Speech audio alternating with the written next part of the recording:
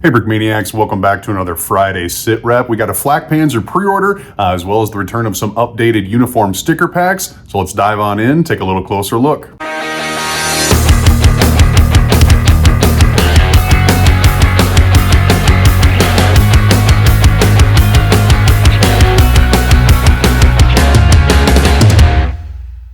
All right, Brickmaniacs, and we're kicking off this Friday sit rep with a little digital look at the Flakpanzer. Our talented digital artist, animation team, what have you, put this together for us so that we can take a little closer look at the final showcase, kind of conceptualized version of what the final model would look like when it comes off the line, so that you can see it not just in its prototype phase, but also how it would look once you've completed your build there with the minifigures, printed accessories, and what have you. So we'll try to do these, like I said, a little bit more often on Fridays here and get a better idea of exactly what the final product will look like.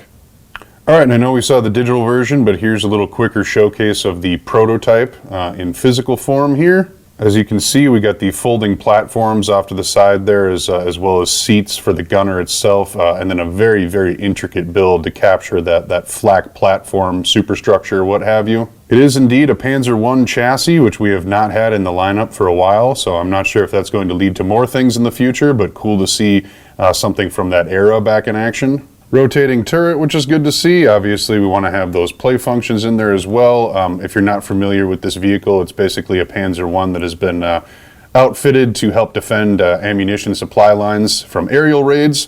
So that was the purpose of this vehicle in real life. There's a look at it with the side platforms folded up and the gun a little bit more straight on, but there you have it. The Flakpanzer on pre-order, now available at brickmania.com.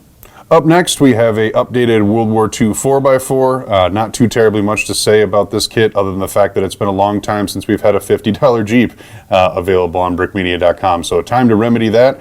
We brought back this updated design. If you'd like to hear a little bit more about everything that went into kind of all of these updated 4x4 designs, just head on over to our Designer Studio channel, because we did a nice little collection run through with Nate where he talked a little bit more about wanting to have accurate sizings, the challenges with the windscreens, etc. So that's definitely a good episode to check out. Otherwise, if you're looking to supply your troops with a little bit more affordable transportation, then you now have that option as well. All right, moving on from here, we got several products we're showcasing in this latest episode of 30-Second Mocks. I know it's the same base plate with jungle stuff on it, but bear with me here. So this is the first uniform sticker pack that we've had back in a while. We still do have quite a few online, and we do make sure they're restocked as regularly as possible, but we wanted to fill some holes in our inventory, so these are specifically Australian Army Vietnam Grunts that we have showcased here. If you've never purchased our uniform sticker packs before, they are an excellent way to build your ranks at a very, very price-friendly point. You get 6 soldiers in each pack, usually with slight variants to the uniform as well.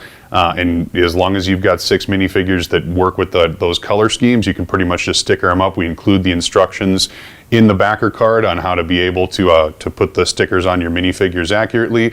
And then obviously you can see they're wearing giggle hats there.